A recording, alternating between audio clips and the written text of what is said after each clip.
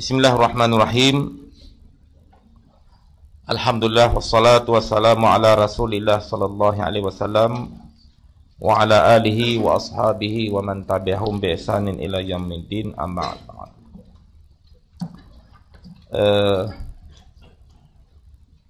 Yang kita hormati Saudara Muhammad Razali bin Abdul Rahman, penceramah undangan kita. Elok juga saya mengenal beliau sepintas lalu. Beliau merupakan salah seorang mantan penggarah strategi hal ehwal orang Melayu Islam dalam parti DAP suatu ketika dahulu. Dan banyak perkara-perkara soal-soal strategi dalam parti DAP kemungkinan beliau akan kemukakan. Jadi itu sedikit latar belakang. Mungkin dia akan memperkenalkan dirinya semasa sesi ceramah nanti. Dan sejujurnya selepas itu, saudara-saudara, tuan-tuan dan perempuan sekalian, diberi ruang sepenuhnya untuk mengemukakan soal jawab yang berkaitan dengan ucapan atau penceramah yang telah disampaikan oleh beliau. Dan saya rasa saya tidak mau mengambil masa yang begitu panjang. Dengan segala hormatnya, majlis menjemput dan mempersilakan Saudara Muhammad Razali bin Abdul Rahman untuk menyampaikan ceramah beliau. Dipersilakan.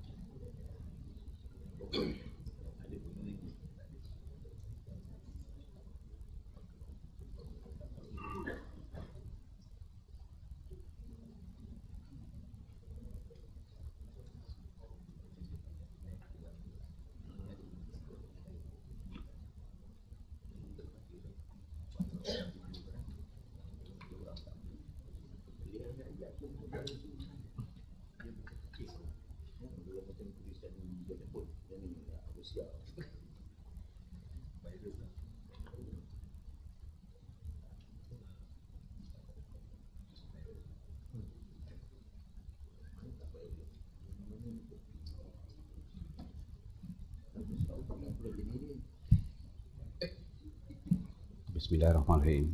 Assalamualaikum warahmatullahi wabarakatuh. Syukur Alhamdulillah dengan limpah kurnianya dan izinnya dapat kita bertemu pada pagi ini. Ini merupakan kali pertama saya berada di Putrajaya. Kali pertama dalam hidup saya berada dalam TPN. Mungkin tuan-tuan dan perempuan tertanya-tanya siapa saya tiba-tiba ni berada di hadapan tuan-tuan dan perempuan untuk memberi satu taklimat. Jadi di sini terlebih dahulu saya ingin memperkenalkan diri saya lah. Siapa sebenarnya Muhammad Razali ni. Saya ni anak jati Pulau Pinang. Lahir di Pulau Pinang, besar di Pulau Pinang, belajar di Pulau Pinang. Telah pun berumah tangga, mempunyai 2 orang cahaya mata. Seorang saja isteri. Saya ni bekas ahli DAP. Dalam DAP ni, untuk pengetahuan tuan-tuan puan, banyaklah jawatan-jawatan yang penting yang saya pegang semasa saya berada dalam pentadbiran DAP ataupun pentadbiran kerajaan negeri Pulau Pinang ni. Saya ni merupakan bekas setiausaha politik kepada, ataupun lebih dikenali sebagai Lim Guo Eng, pegawai tugas-tugas KAS dia. Saya juga merupakan bekas setiausaha organisasi DAP bahagian Jelutong, setiausaha publicity DAP negeri Pulau Pinang, timbalan ketua pemuda negeri Pulau Pinang, pegawai KAS kepada ahli Parlimen Jelutong. Lepas itu saya merupakan pengarah pilihan raya untuk Dun Sungai Pinang di Pulau Pinang ni. Lepas itu pegawai KAS kepada YB Jeff, ahli Parlimen Jelutong juga. Timbalan pengurusi Melayu Pulau Pinang, dan saya juga timbalan pengarah strategi untuk pilihan raya negeri pada tahun lalu. Saya juga telah dilantik sebagai salah seorang ahli strategi. Dalam DAP ada satu jawatan kuasa yang dilantik. Minta maaf. Yang dilantik oleh Lim Guo Eng.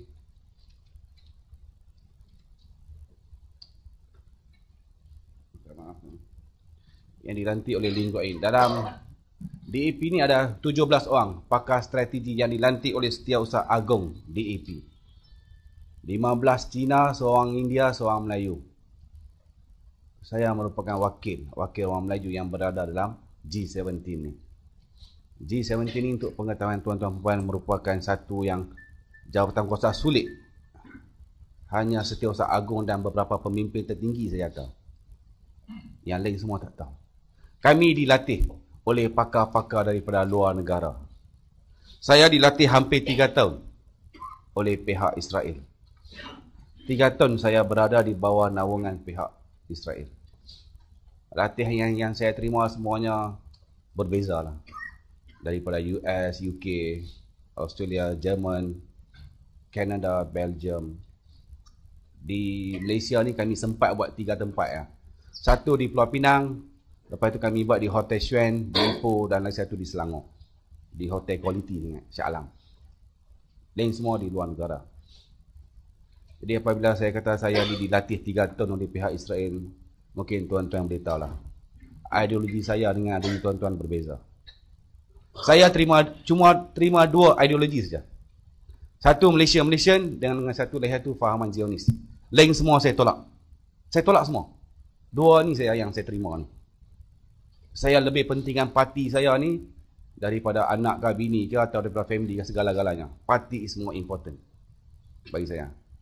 Ini merupakan taklimat saya yang ke-105 dalam masa 3 bulan saya merantau hampir ke seluruh pelosok tanah air ni. Ini yang ke-105 ni pada pagi ni.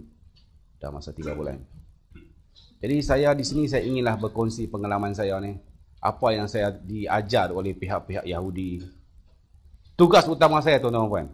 Tugas utama saya semasa saya berada dalam kerajaan negeri adalah merancang bagaimana nak mengusir orang Melayu ni keluar daripada Pulau Pinang. Saya tak tuduh orang lain.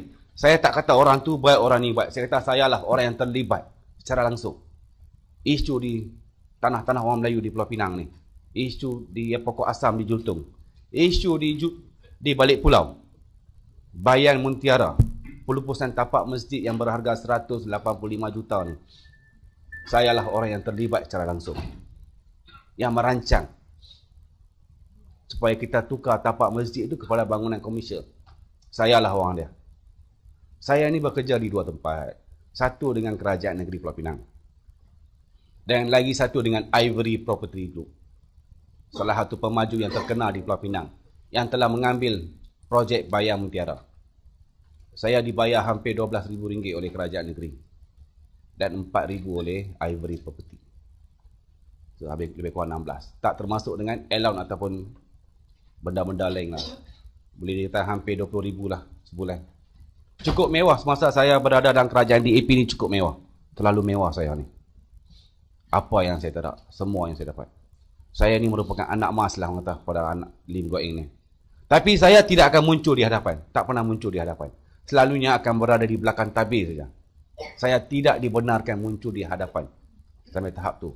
Ini merupakan pakar, ketua pakar strategi DAP, Tony Poa, ahli Parlimen Petaling Jaya. Di bawah dia lah kami 16 orang berada ni. Dia ni cukup pakar. Lain. Ini satu manusia yang cukup berbeza. Cara pemikiran dia, idea dia semua lain daripada yang lain. Saya duduk dengan dia hampir 3 tahun. Memang tahulah cara dia. Berbeza. Dia merupakan seorang manusia yang cukup unik bagi saya ni. Pemikiran dia ni terlalu genius lah. Susah nak dapat orang macam dia ni. Tapi apa nak buat, dia berada dalam parti DAP. Cukup berbeza ni. Satu manusia yang cukup istimewa, Tony Poa ni. Itu untuk pengetahuan tuan-tuan dan puan. Di sini saya ingin berkongsi satu pengalaman saya. Apa yang latihan yang diberikan oleh pihak Yahudi. Dia kata, cara-cara kita nak mendapatkan idea atau ilham. Katalah kita ada satu masalah, tapi kita tak tahu jawapannya. Kita tak tahu cara nak menyelesaikan. Dia kata cukup mudah. Cukup mudah dia kata. Gunalah tiga benda ni ya. Dia kata kita boleh dapat jawapan dia. Kita akan dapat 3 jawapan. Pilihlah satu jawapan yang terbaik. Dia kata yang pertama, dia kata kalau kita ada satu masalah tak tahu jawapan, semasa kita nak tidur pada malam hari tu, ambillah sekeping kertas dengan pen, letaklah di sebelah kiri kita. Dan kita tidurlah sambil memikirkan masalah yang belum mendapat jawapan. Kita tidur macam biasa, tapi kita fikir tentang masalah yang kita tak dapat jawapan. Di tengah-tengah malam tu, masa kita tidur tu, jawapan pertama kita akan dapat. Confirm kita akan dapat jawapan yang pertama. Dia kata bangun, tulislah poin dia cukup. Dia takut pagi kita akan lupa. Lepas itu tidurlah seperti biasa. Yang kedua, dia kata semasa kita mandi di pagi hari. Masa kita mandi di pagi hari, tuan-tuan, minda kita pada masa tu akan terbuka cukup luas. Cukup luas. Masa tu tuan-tuan berfikirlah tentang masalah tu. Jawapan yang kedua akan dapat.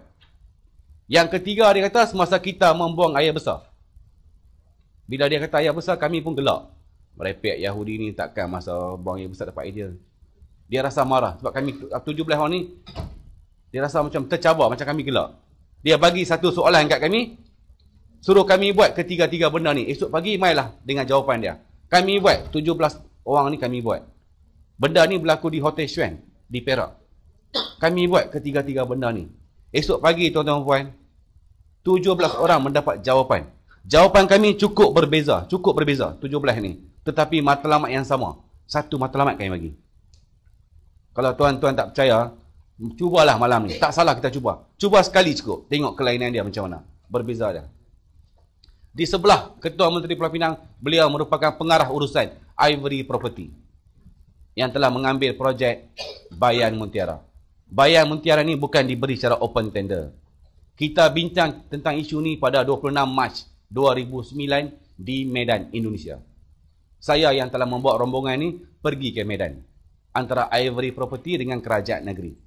Kita telah pergi ke Medan berbincang 3 hari 2 malam di sana. Sini.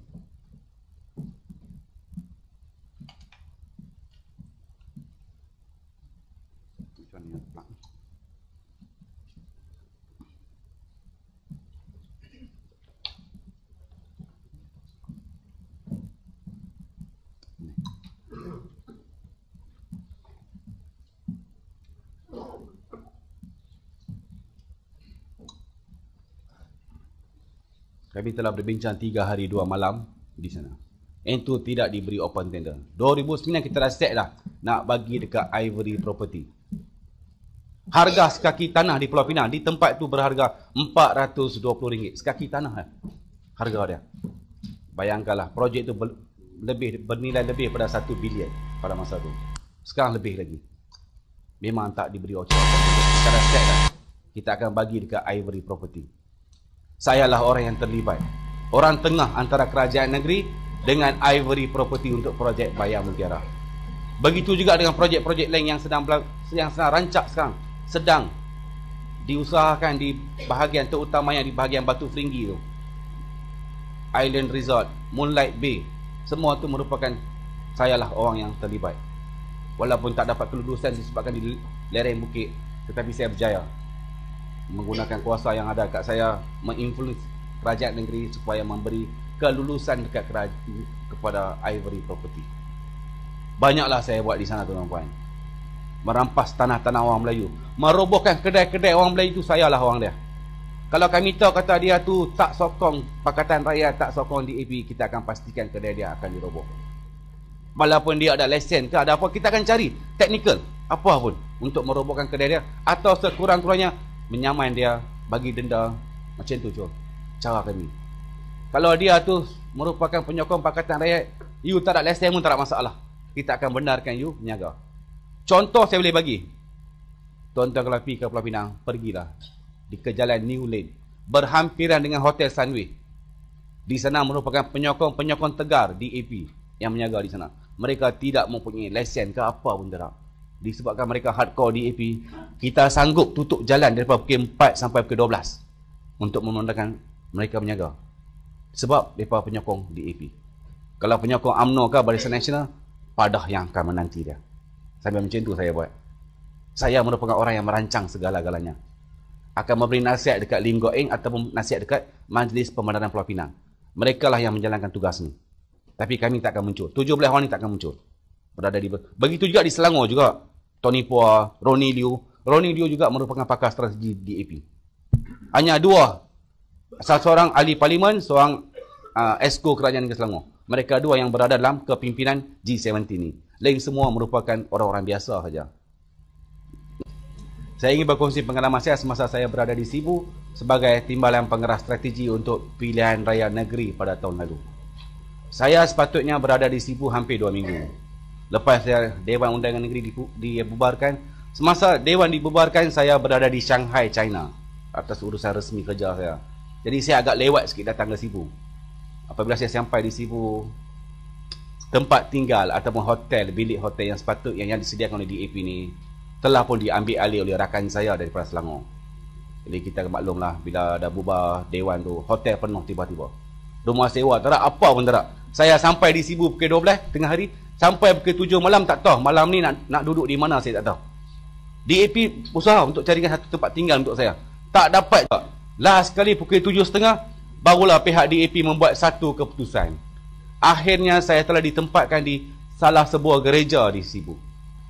Saya tinggal di gereja hampir 2 minggu, tuan-tuan dan puan. Saya sanggup tinggal kerana perbezaan politik saya berbeza.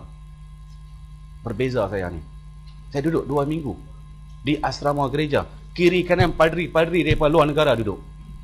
Saya sanggup duduk. Banyaklah padri-padri yang saya bertemu di sana ni. Mereka ingat saya ni orang India sebab muka nampak macam orang India. Sebab saya pun tahu 4 bahasa. Bahasa Malaysia, bahasa Inggeris, bahasa Tamil pun saya tahu, bahasa Mandarin pun saya tahu.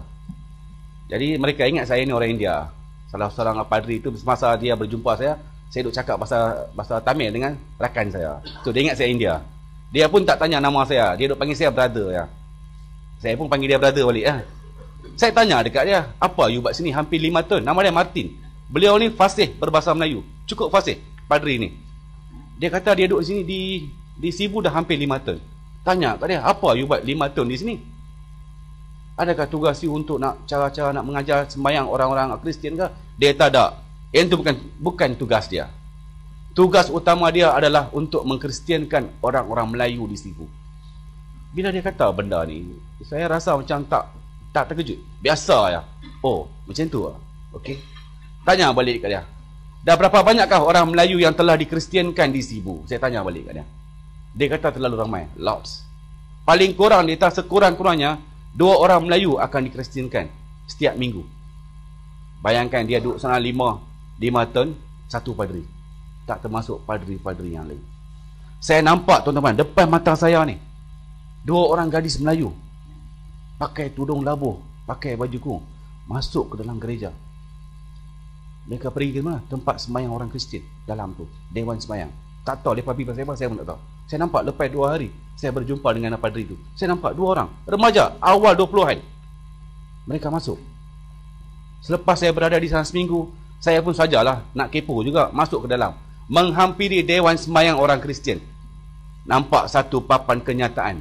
Tahu dia tulis apa? Muslim and pet not allowed. Orang Islam dan binatang tak dibenarkan masuk. Terpampang di sana. Saya cuma tangkap gambar ya. Lepas tu saya kembalilah tugas saya sebagai timbalan pakar strategi di DAP. DAP bertanding 15 kursi di Sarawak. Kami menang 12. Kali pertama DAP menang. Kursinya terlalu banyak. Paling kuat yang kami bisa menang pun 6. Ini dah kali pertama. Saya ni, tugas saya di Sarawak adalah menghasut orang-orang Iban supaya membenci kerajaan Barisan Nasional, menghasut orang-orang Melayu supaya membenci kerajaan nasional. Saya buat benda-benda ni, tuan-tuan puan. Apa yang saya diajar 3 tahun oleh pihak Yahudi, saya jadikan Sibu ni sebagai satu pusat uji kaji saya, eksperimen. 3 tahun saya duduk di bawah naungan mereka ni. Saya buat dan saya berjaya. Saya berjaya menghasut mereka semua ni supaya membenci kerajaan Barisan Nasional. Saya buat benda ni sampai kami menang. N46 tu dundung ikut sejarah DAP, tak pernah menang sekali pun. Itu merupakan kubu kuat pada SUPP, tapi saya berjaya dengan majoriti 346 undi. DAP menang kerusi itu. Kerusi itu memang tidak diberi harapan langsung oleh DAP, tapi saya ambil cabaran. Saya kata I can do it. Saya ambil, saya dengan rakan saya ambil sebagai cabaran. Kami fokus khusus untuk kerusi itu. Kami dibekalkan sehari, tuan-tuan puan, RM5,000 oleh DAP. Setiap hari pukul 8 pagi saya akan pergi ke pejabat, pergi ambil duit RM5,000. Duit itu dah saya kena gunakan untuk habiskan sebelum pukul 10 malam. Saya kena habiskan setiap hari RM5,000. Nak habis duit bukan susah, senang ya. Very easy. Kebanyakannya saya labur lah di rumah-rumah panjang dan juga di kawasan-kawasan orang Melayu saya buat benda ni. Kita pun guna politik wang juga. Siapa kata DAP tak guna politik wang? Kita guna lagi banyak. DAP, kekuatan atau kewangan DAP sekarang ni terlalu kukuh. Saya berani jamin, saya berani kata DAP merupakan satu parti yang paling kaya dalam Malaysia ni. Paling kaya. UMNO pun tak kaya macam DAP. Kekuatan ekonomi yang mereka ada sekarang selepas 2008 ni berbeza. Cukup berbeza. So ini merupakan kempen poster saya pada tahun 2010. Saya bertanding juga dalam satu pemilihan peringkat negeri Pulau Pinang. Sebanyak 95 calon bertanding. Dia nak pilih 25 orang ya. Jadi saya berjaya mendapat tempat yang ke-21. Selepas itulah saya dilantik sebagai timbalan pengurusi DAP Melayu Pulau Pinang. Ini kempen poster saya. Tapi saya ni di fund. Fund yang saya dapat ni semuanya melalui Lingua Inga. Dia yang fund untuk kempen saya ni. Secara sulit dia bagi duit untuk saya. Dia nak pastikan saya ni menang. So dialah yang memberi segala-gala kemewahan kat saya untuk saya berlobi pada tahun itu. Jadi selepas saya menang di Sibu ni, kami pun kembalilah ke Pulau Pinang. Kami kembali ke Pulau Pinang. Lepas seminggu, YB Jeff, ahli Parlimen Julutong, telah membuat satu mesyuarat. Saya Setiausaha Bahagian pada masa itu. Dia buat satu mesyuarat, ingin membuat satu jamuan makan malam meraihkan kemenangan DAP di Sarawak. Jadi kita buat satu keputusan, ingin menjemput 12 calon yang menang di sana datang ke Pulau Pinang untuk merayakan bersama-sama kami, buat satu jamuan makan malam.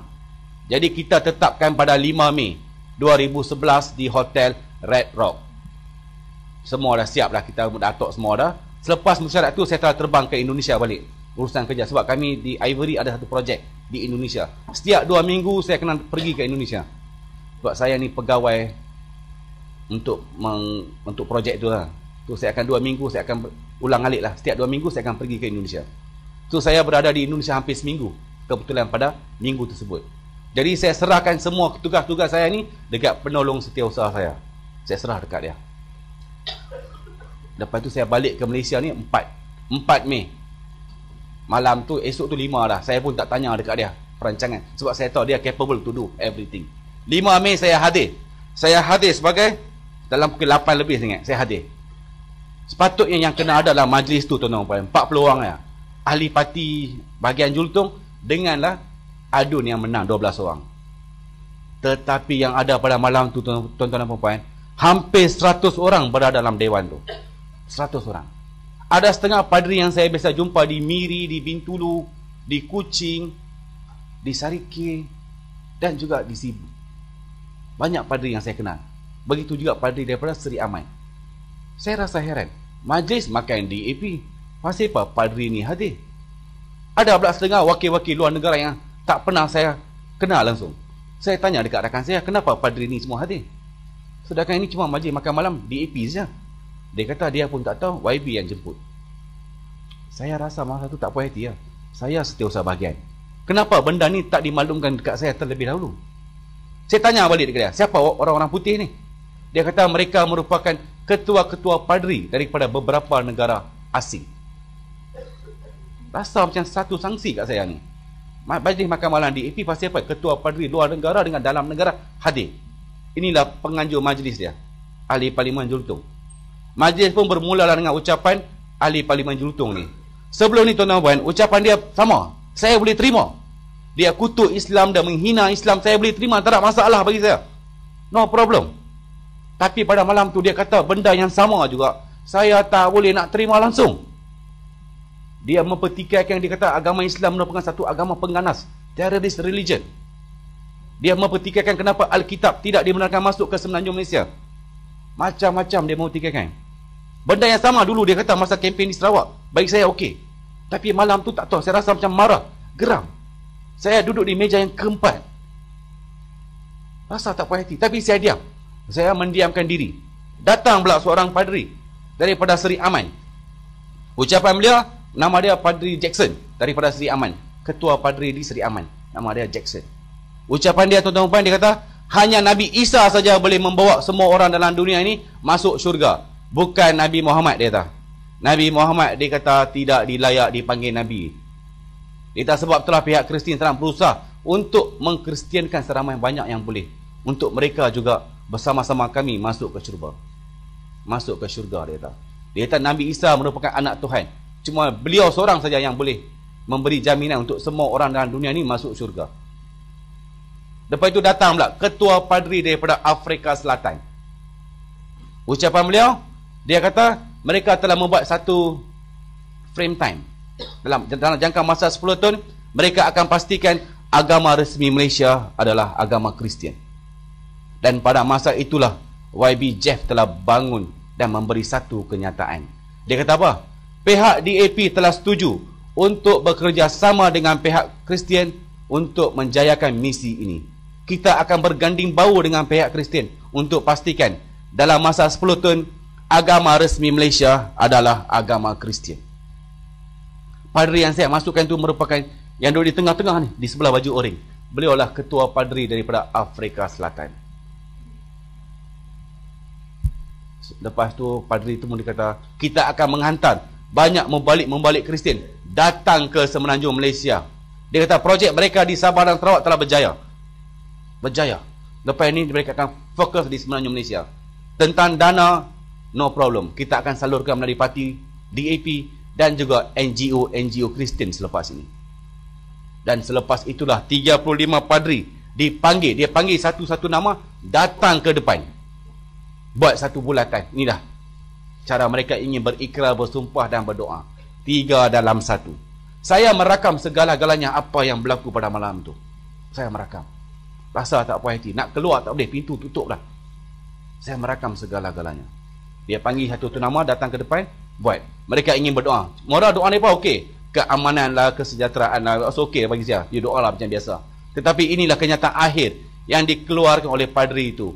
We must make sure Christian become an official religion in Malaysia, and we must make sure the next Prime Minister is a Christian. Gambar ini tuan lebih jelas siapa yang terlibat. Tengoklah kedudukan Ahli Parlimen Jelutong. Semasa beliau memberi kenyataan akhbar, beliau kata semasa kejadian ini beliau sedang makan dan bermain iPad. Tapi tuan-tuan dan puan-puan boleh melihat di manakah kedudukan pemimpin-pemimpin DAP pada masa itu. Saya duk rakam tuan-tuan dan puan. Saya terkejut. Saya rasa macam saya ni terjaga dia pemimpin, saya rasa macam saya kena macam satu penampak. Terjaga. Takkan disebabkan politik, disebabkan saya ni nak jadi calon PRU yang ke-13, disebabkan duit, takkan aku nak jual agama kot. Timbul satu kesedaran pada masa itu. Sebelum tu memang saya tak sedar langsung lah. Tak sedar, everything block. Everything saya block, saya tak boleh terima. Tapi malam tu timbul satu kesedaran. Rasa tak puas hati. Nak keluar tak boleh, pintu tutup kak. Saya tunggu sampai pukul 10.35, pintu dibuka. Saya keluar terus, pergi ke tempat letak kereta saya. Masuk dalam kereta, saya duduk diam. Saya duduk hampir setengah jam dalam kereta. Saya duduk sorang-sorang. Saya memikirkan tentang kejadian yang baru berlaku dengan kezaliman yang saya buat selama ini semasa saya berada dalam kerajaan negeri Pulau Pinang ni. Takkan disebabkan nak jadi calon, disebabkan dibayar gaji tinggi, aku nak jual agama. Itulah kali pertama dalam hidup saya, tuan-tuan puan, saya menangis untuk agama Islam. Kali pertama. Sebelum ni tak jahil. Kali pertama saya menangis. Menyesal. Hampir setengah jam saya duduk seorang. Selepas itu saya kembalilah ke rumah saya. 2 hari kehidupan saya ni tak menentu, rasa tak puas hati. Tak puas hati. 2 hari juga saya tak pergi ke pejabat. Pejabat saya tingkat 28, pejabat ketua Menteri Pulau Pinang. Isteri saya pun tanya saya, what happened to you? Pasal apa you nampak semacam ya? Saya abang dia, saya ni korang sihat. Sebab isteri saya memang dia tak tahu apa pergerakan saya. Sebab saya ni ambil sumpah cara orang Yahudi. Saya ambil sumpah cara orang Yahudi. Salah satu perengan sumpah dia tahu dia kata apa? Don't trust anybody even though she is your wife. Jangan percaya sesiapa pun walaupun dia isteri kamu sekalipun. Sampai tahap tu saya ikut. Isteri saya cuma tahu saya pergi mesyuarat, balik mesyuarat. Pergi luar negara, balik luar negara. Saya kata dia, you don't ask me what I'm doing. Apa yang you nak, you minta saya bagi. Tapi you jangan tanya apa yang saya buat. Sampai tahap tu saya buat kat dia. 2 hari memang saya pressure betul. 5 hari bulan berlaku. Tiba-tiba 7 hari bulan keluar dalam utusan Malaysia. Kristian agama resmi. Saya masa tu duduk di market nak beli makanan. Terpampang utusan. Saya pun belilah paper utusan tu. Beli saya baca. Itulah kali pertama saya beli paper utusan. Selama ni saya tak pernah beli. Saya cuma baca Harakah, Keadilan dengan Roket. 3 ni saja. Lain semua saya tolak. Saya baca apa yang ditulis oleh wartawan tersebut. Benda ni baru 2 hari lalu berlaku. Macam mana puak ni boleh tahu? Rasa heran lah. Tak apalah, saya ambil paper ni, bawa balik rumah. Saya tunjuk dekat isteri saya. Saya tunjuk dekat dia. So dia baca. Dia pun baca. Dia baca, dia pula tanya saya, betul ke benda ni berlaku? Saya kata, yes, benda ni memang berlaku. Dia tanya pula, macam mana you tahu benda ni berlaku? Saya kata dia, saya hadir dalam majlis tu. Dia tanya lagi, sejak bila you pergi majlis Kristian ni? Dia tanya kat saya. Dan selepas itulah saya menceritakan segala-galanya apa yang saya buat semasa saya berada dalam DAP. Saya dedahkan audio, video, dokumen yang ada kat saya. Saya tunjuk dekat dia. Yang orang Melayu memang tak tahu langsung apa yang kami duk buat. Saya mendedahkan segala-galanya. Dia menangis. Dia menangis, tuan-tuan. Dia tak dapat nak terima kata laki dia ni, suami dia buat perkara ni. Tahu dia kata apa kat saya? Tak sangka selama ni aku hidup dengan seorang pengkhianat. Isteri saya kata kat saya, you ni di depan saya terlalu elok, tapi di belakang you lah syaitan nombor 1, dia kata kat saya. Dia tak dapat terima kata saya ni buat kerja ni. Tuan-tuan tahu tak? Pada satu ketika tu, cara percakapan dia ni, kalau boleh dia tak mau hidup dengan saya dah. Dia tak boleh nak terima kata saya buat benda ni. Saya minta maaf. Saya mengaku kesilapan saya. Memang saya silap. Saya tahu semasa saya duduk dalam DAP, memang saya silap. Memang saya buat benda ni. Disebabkan apa? Duit nak jadi calon, disebabkan harta. 3 sebab ni. Tahu dia kata apa? Kalau you sanggup menikam bangsa dengan agama you disebabkan 3 benda ni, saya tak heran satu hari you boleh jual saya juga disebabkan politik. Sampai tahap tu dia kata kat saya, not possible, you can sell me also because of the politik. Sampai tahap tu dia kata kat saya. Saya minta maaf pada dia. Saya mengaku kesilapan saya. Saya konfront dengan dia hampir 4 jam.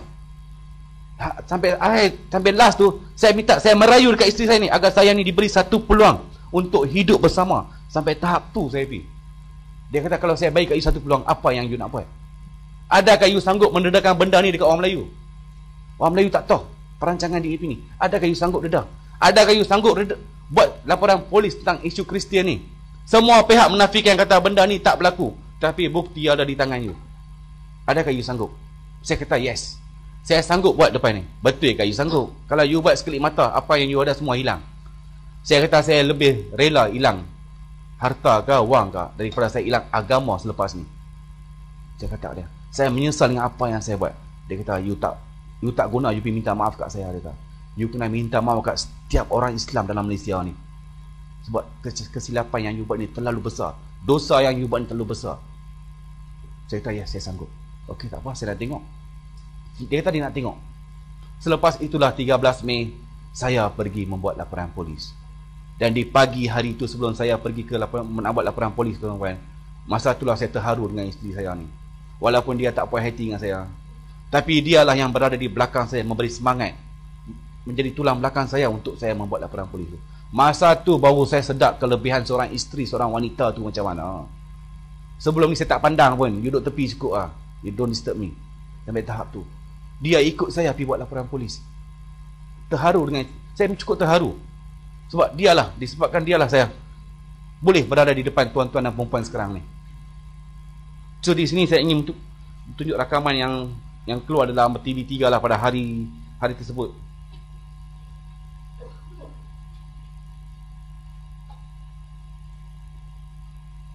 Sound.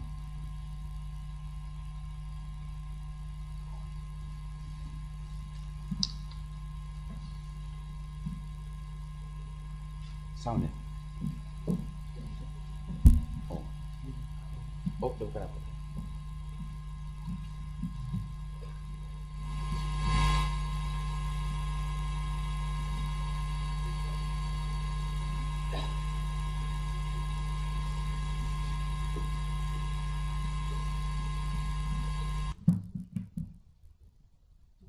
Tadi